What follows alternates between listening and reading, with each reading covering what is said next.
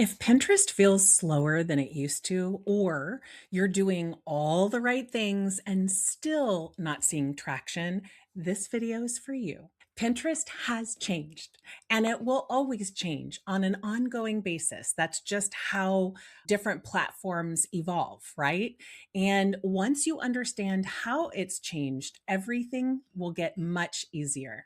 I'm Jen. I help service providers use Pinterest in a simple, calm way that actually fits real life. Today, we are going to be talking all about what actually works on Pinterest right now and what to stop doing so you don't burn yourself out for no reason.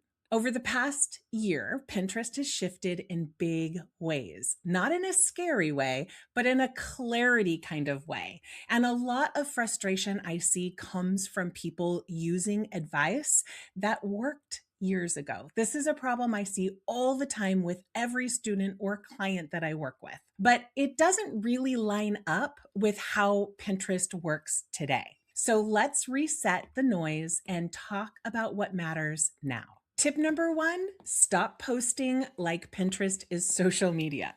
Pinterest is not about posting more. It's about posting with purpose. So what should you stop doing? Well, you should stop posting just to post. You're like, oh, I haven't posted in a while. I'm going to post right now today. Stop uploading random graphics with no real clear topic.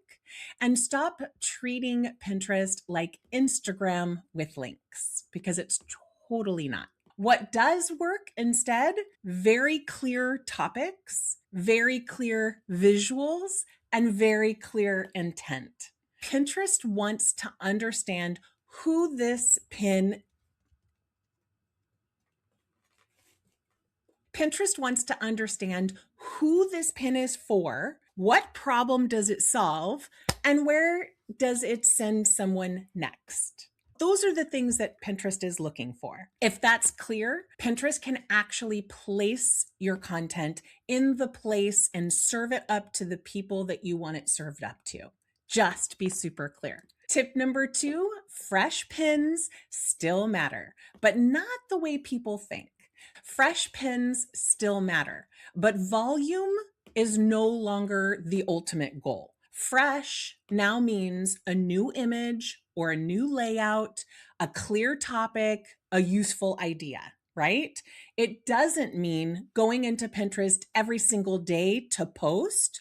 Although you want pins going out daily, you can actually post in advance. And using it in that way is the most strategic way to save you the most time, but get the most bang for your traffic buck.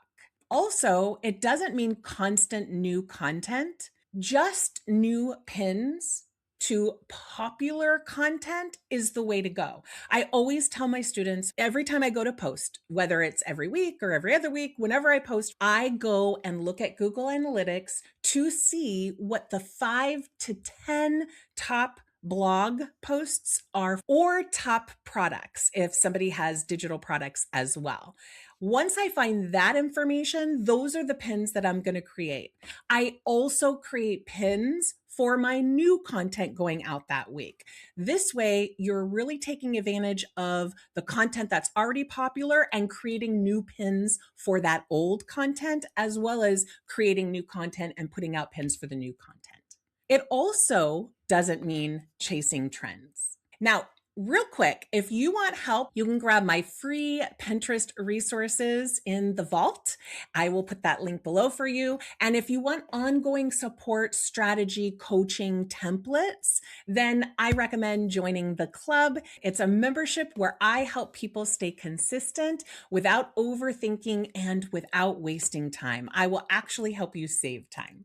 Tip number three, saves matter more than clicks at first. I know this is a big shift and it's very frustrating, but Pinterest is watching, do people save this and do they come back to it? That's something that we can't control, but that's what Pinterest is watching. Saves tells Pinterest, this is useful. This is worth showing again. Somebody is interested in this. So if your pin gets saved but not clicked right away, that is not a fail. And in fact, that's Pinterest learning who to show it to. So instead, focus on teaching, lists, step-by-step help, clear takeaways, all of those things. If you focus on those on that pin and it gets people to save or click, you are gold. Tip number 4, stop overthinking keywords. Now, I'm going to say keywords are the most important thing when it comes to being successful on Pinterest. Finding those keywords that work for you and constantly updating keywords with new keywords that come out, because keywords change all the time. But no, those keywords don't need to be complicated. Use natural phrases, clear language, things that your client would actually type into that search bar on Pinterest, or if they're searching on Google, what are those words that they put in? And you can do a really easy experiment by asking the question, if you were looking for this, what would you type into the search bar on Google? And put a question box down there on your Instagram stories and see what people fill in for you. Even though you're doing it on Instagram, you're getting the people that follow you and want to comment to tell you what they would type. And it's a great opportunity to find new keywords. So as an example, instead of trying to be clever, say exactly what it is. Instead of saying, like, if you are a food blogger, instead of having a pin that says good eats, that's not going to be helpful, right?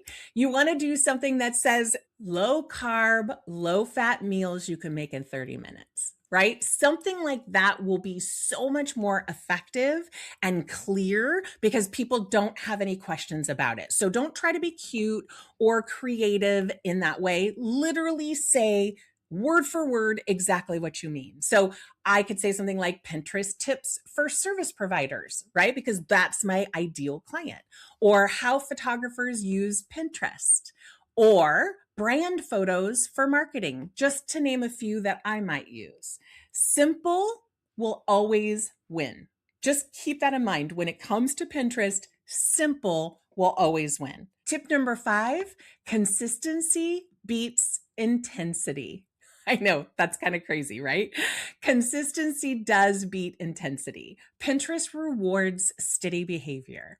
That might look like one blog every single week, or 7 pins per week, or same topic over time. These are all super consistent, and it will do so well to focus on consistency more than trying to beat the system. What it doesn't look like is a burst of energy and then disappearing and then starting over, right? Pinterest likes rhythm. You don't need to hustle, you need a plan. Next week, we are going to be talking about what Pinterest wants from your content in January and how that content can work for you all year long. Thank you so much for hanging out with me today. You crushed it just by showing up for your business. Pick one of these 2 videos next to keep growing your business the easy way. I'll see you next week. Bye.